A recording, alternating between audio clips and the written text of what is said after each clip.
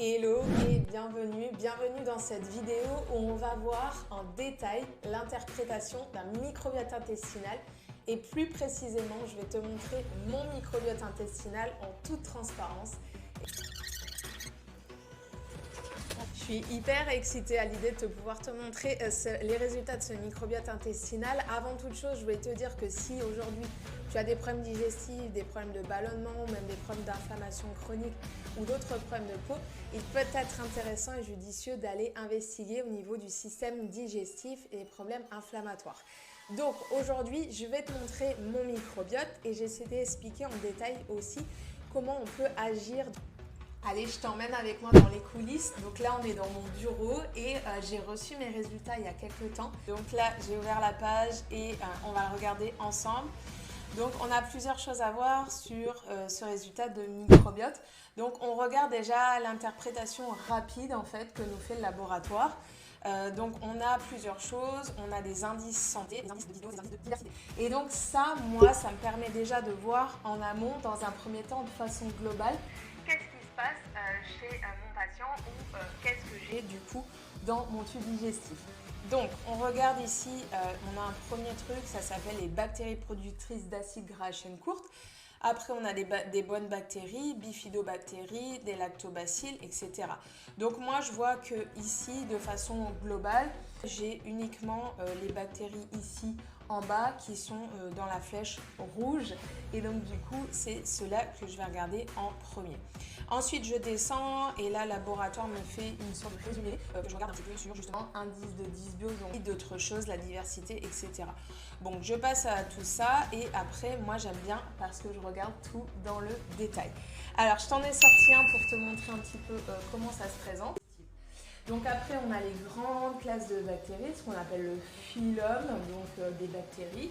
Et en fait, on regarde ici si c'est dans le vert ou pas. Et ce qui nous permet de savoir déjà de façon globale qu'est-ce qui se passe. Donc moi, on est sur le mien. Et donc ici, on voit que en fait, j'ai trop de firmicutes. Alors, tu vas me dire, ok, c'est bien. C'est quoi ces firmicutes? Donc les firmicutes sont des grandes classes de bactéries qui sont des bonnes bactéries, mais qui produisent en excès, eh bien elles vont permettre d'absorber en excès le sucre. Elles vont augmenter ce qu'on appelle l'extraction énergétique des sucres de l'alimentation. Et donc du coup, le risque, c'est de prendre du poids quand on mange et surtout même quand on mange des choses saines comme des fruits ou des légumes. Ensuite, en dessous, il y a une grande classe de bactéries qui s'appelle les bactéries d'éther. Après, qu'est-ce qu'on voit? Les actinobactéries, c'est bon. Protéobactéries sont plutôt des bactéries pro-inflammatoires et ça, c'est plutôt bien parce que moi, j'en ai pas. Verrucomicrobia, ça c'est une très bonne bactérie, c'est Akkermansia municiphala. Donc c'est une bactérie qui permet de produire des acides gras à chaîne courte, un bon mucus, d'éviter de prendre du poids. Bon, donc on voit bien la répartition. Alors hop, je vais t'avancer le truc pour te montrer que en fait ici, moi j'ai beaucoup trop de bleu par rapport à la répartition moyenne de la population. Et donc du coup, il va falloir corriger ici. Bon, c'est bien beau, mais qu'est-ce qu'on fait avec tout ça? Alors, donc du coup, là, je vais travailler pendant un peu plus d'1 heure sur mon microbiote et je reviens tout de suite.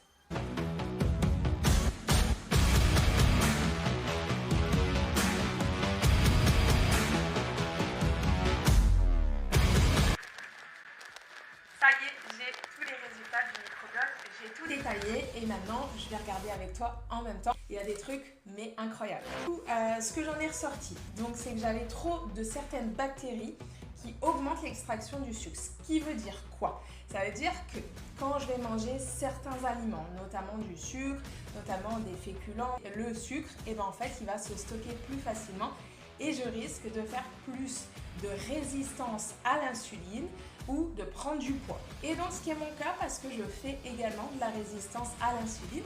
Donc c'est peut-être mon petit microbiote qui entraîne cette résistance à l'insuline. Et donc du coup, je vais corriger ce microbiote et donc du coup, normalement, la résistance à l'insuline va chuter. Ensuite, on voit que j'ai d'autres bactéries qui notamment se nourrissent un peu de tout. Il y en a certaines qui sont présentes et elles vont augmenter le risque de stéatose hépatique, donc ce qu'on appelle le foie gras communément. Et ensuite, j'ai une vilaine bactérie qui s'appelle Escherichia qui est en trop. Et cette bactérie-là, elle est pro-inflammatoire. Donc là, on vient taper dessus avec de l'ail, par exemple, ça marche très bien. Donc ici, mon microbiote, on va dire que de toute façon, ça fait des années que je travaille dessus, donc dans l'ensemble, il est quand même sain. Mais il y a quand même un risque d'extraction de ce sucre, comme je te disais. Et on a une bactérie qui grignote un peu le mucus, qui engendre de l'inflammation digestive.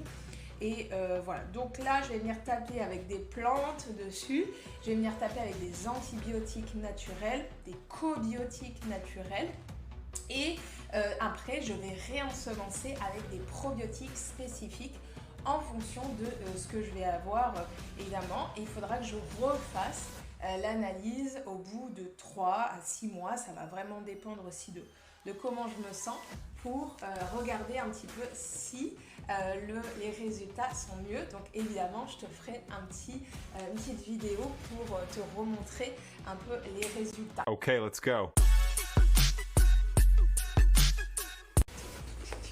On reçoit une boîte à la maison, un petit colis avec dedans. Donc évidemment, on commence sur le laboratoire, etc. Et au bout de quelques jours, on reçoit des petits tubes. Alors, donc ça c'est juste pour te montrer, ce ne sont pas les tubes parce que le bouchon pour l'analyse est rouge. Et tu vas faire ton analyse. Ensuite, tu renvoies tout et un mois après environ, parce qu'il faut le temps de séquencer l'ADN du microbiote et de toutes ces bactéries, pouvoir les recenser, etc., interpréter les résultats et on reçoit en fait les résultats en général, au bout de 3 semaines, 1 mois. Et après, c'est moi qui reçois tout. Et là, je fais ce que j'ai fait avec toi tout à l'heure. Voilà. Alors, on va répondre à ces 2 grandes questions. Est-ce que donc, oui ou non, ça vaut la peine de faire ces analyses? Oui et non. Parce que les analyses, évidemment, sont des analyses coûteuses. Donc, s'il n'y a pas de gros problèmes de dysfonctionnement de façon globale, je pense qu'il n'est pas nécessaire d'aller investiguer et d'investir là-dedans. Maintenant, on peut toujours faire de la prévention sur sa santé et c'est ce que je préconise de façon globale. Et donc, on peut quand même faire ces tests parce que ça nous donne énormément d'informations sur plein d'autres caractéristiques en dehors de la partie du microbiote et du système digestif. Ok ?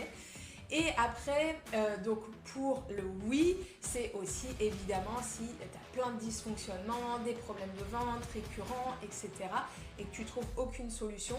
Pour moi, cet outil m'a permis vraiment, et je parle pour moi personnellement, d'aller vraiment mieux sur le plan digestif et de corriger la dysbiose, de corriger tous les déséquilibres au niveau de la barrière intestinale avec précision, de savoir qu'est-ce qu'il faut prendre comme complément alimentaire, qu'est-ce qu'il faut prendre comme probiotique, mais pour que ça marche, parce que c'est bien beau de prendre tout ça, mais à un moment donné, c'est cher aussi, et s'il n'y a pas de résultat, ça ne sert à rien.